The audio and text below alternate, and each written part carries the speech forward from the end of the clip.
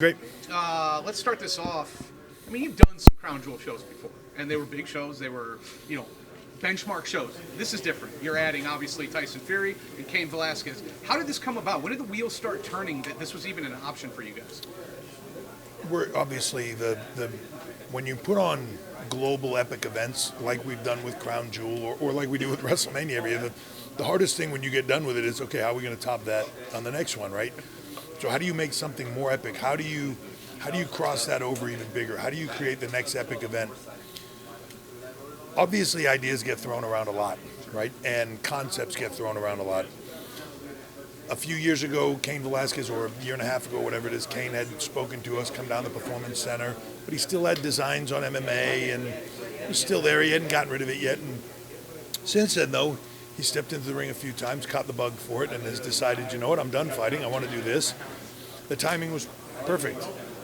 So that one came a bit more organically through the door. The Fury one was an idea that just got thrown around the table. What are some outside of the box crazy things we could do? Tyson Fury's name was thrown out there. A few years ago, quite a few years ago, when he was at the top of the boxing world, there had been a reach out from both sides, and it's just some loose conversation around interest, not interest. So I think that is what stemmed his name to get put on the table now. We thought, what the heck, let's reach out and see if that's something he would even consider. I don't even know that it was considered for this event necessarily, but it was, hey, what if the time came, would this be of something that was interesting to you? And the return was absolutely. Matter of fact, I've got some time right now, right? I don't have a fight for a while. I've got some time now. Wow, hey, we have this event coming up. You know what I mean? It just fit perfectly. The deal came together very quickly. What's the risk you run, if any, with doing something like this, with bringing in stars like that and having them in a showcase like this at Crown Jewel? I think you always run the risk of, with fans of, are they here for the right reasons? With our fans, WWE fans. In the past, you've seen crossover stars sometimes come in, and it's obvious they're not fans. It's obvious that they're just here because this helps their brand, or that this is a moment for them that escalates them, or is a paycheck, or whatever that is. Yeah. When that happens, it never works.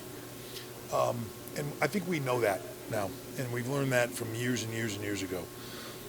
When we've done these in big ways over the last few years, they've always been people that are super passionate about doing this. Even going back to Floyd Mayweather wrestling Big Show at WrestleMania, I remember I helped train Floyd for that event, and the first time I spoke to Floyd about it, he was like, I've been a fan of this since I was a kid. My persona is based on a lot of this, right? I get it. Yeah.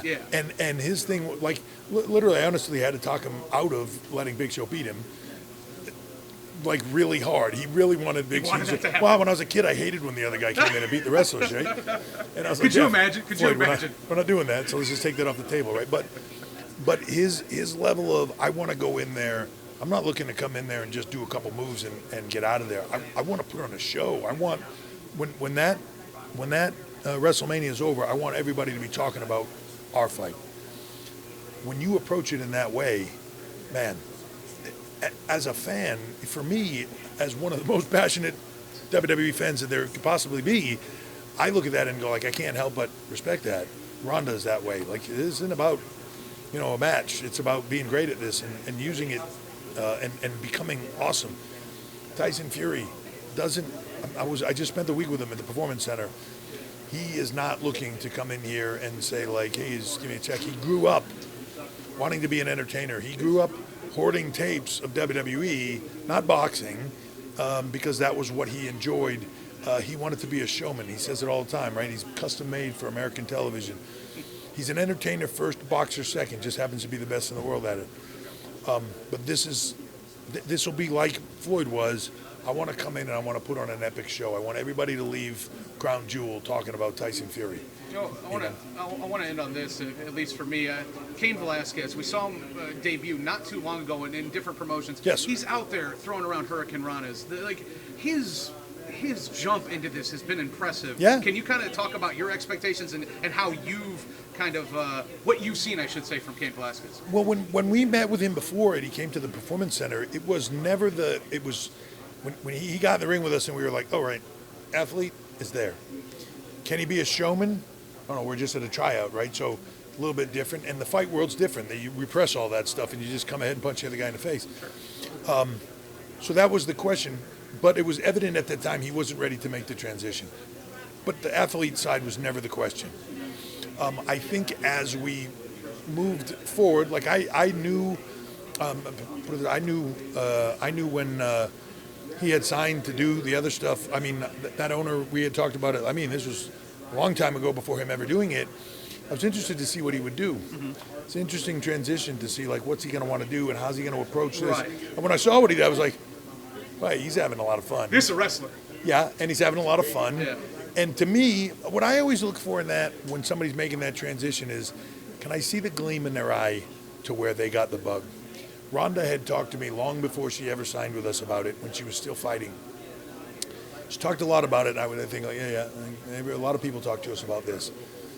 When she did this stuff with us at Rock at WrestleMania, when we walked out of that ring, she was like, that is the coolest thing I've ever done in my life. I could see the gleam in her eye. I was like, she's coming in here. When I saw Cain do what he did, I saw he's got a gleam in his eye, like, oh, he's got the bug now. And right after that, it was, we had another conversation with his team. Yeah, I'm thinking about just dropping fighting altogether and getting into this full time. We should have another conversation then, because when you're willing to dedicate yourself to it at that level and you're that level of athlete, then you should do it at the biggest level. Is it a testament to Brock's acumen as a businessman that he's willing to work with Cain? I mean, he could easily say, I'd rather not work with him. He's got that stature. Is it a testament to him as a businessman? He's like, yep, more money for It's also a testament to get back in the ring with a guy that beat you up 10 years ago and whip his ass. In a way, yeah, look, we're all in a business of entertaining, right? And I think that while we want to make this the biggest fight and attraction and everything else, and oh my God, the what's going to happen factor of this, yeah, it's about putting on the best show we can. The next story of this, I said it in the press conference, right? So they have this like storied thing going on, but the next chapter of that story is written in sports entertainment. And now we can do amazing stuff with this and really, write out something that is spectacular and make it great and go from there. And hopefully that's what we'll do. Are you aware that Tyson Fury is not only the heavyweight boxing lineal champion, he's also the Brawl for All lineal champion? Is he? Because Butterbean won it, and then Butterbean lost, and then all the way down to Fury is the lineal Well, champion. there you go. I didn't even know that, but that's a good selling point now for us. I don't know how much that sells anything, but yeah. And just last one for me. Obviously, we talk about UFC guys coming in to WWE sometimes. If you had to predict one name that could potentially be next as UFC guys, would it be Conor McGregor, Daniel Cormier, or Phil Brooks? Well, first I would say Matt Riddle, because he's already doing it, and he's awesome. By the way, I don't know if you've seen him. One of the most spectacular performers out there. Boy, if I had to pick one of those, I would say Cormier is probably the most, we've had conversations. He loves what we do. That would be fun, right, as well. He could just God, and he's, I feel like in a way he's custom built for what we do as well. He's an entertainer. He's just got a personality in some way that you can't help but like him, no matter what. So yeah, he's a guy that's custom built for it. But then again, you talk about a guy like McGregor. It's funny that the big names that are in that are entertainers, right? It's really what the world is about. Sports is about entertainment. When the great entertainers in the sports world really want to transition to what we do and be entertainers, we can do it in a way like nobody else can. You mentioned Ronda. Is there any sort of time frame when we're going to see her back into the WWE? Don't have a specific timeline, but she's with us. This is family for her. She's coming back. She has said it. She calls us all the time. I think the biggest tear for her right now is trying to do what she wants in her personal life and just missing this. It's hard to explain. This is like a family, and there's a brotherhood and a sisterhood here that is deep with people. I don't think she understood that walking in the door, but when she got here, she has said to me multiple times, it's like the family that I never knew I was missing, and the group of friends and an environment that I never knew I was missing. And I think she misses that greatly. She talks to everybody all the time. She's constantly with us, and she's constantly pitching her return. So if I had to guess, it would be sooner than later, but who knows? We'll do one more. Cain said he's closed the book on MMA for now. I mean, do you guys look at him as a long-term guy with you? Well, I mean, he just signed a deal with us for the foreseeable future. I think for him, closing the door for now, I've yet to meet the fighter that very rarely says, like, yeah, no, I'm done. done. Like, I'm too old for this, and I'm not doing it anymore.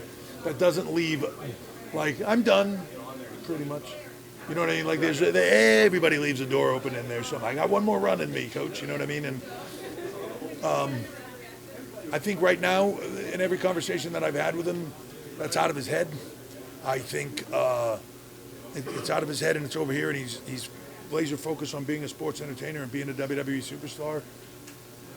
But you don't know, right? You don't know. If this didn't work out for him, I think he would maybe possibly make a consideration of doing something else. When you said foreseeable future, is that a certain amount of years that you could tell us that he signed? Well, yeah, I mean, in perpetuity. You can't do this till you're 100 either. So, yeah, we have a length of time.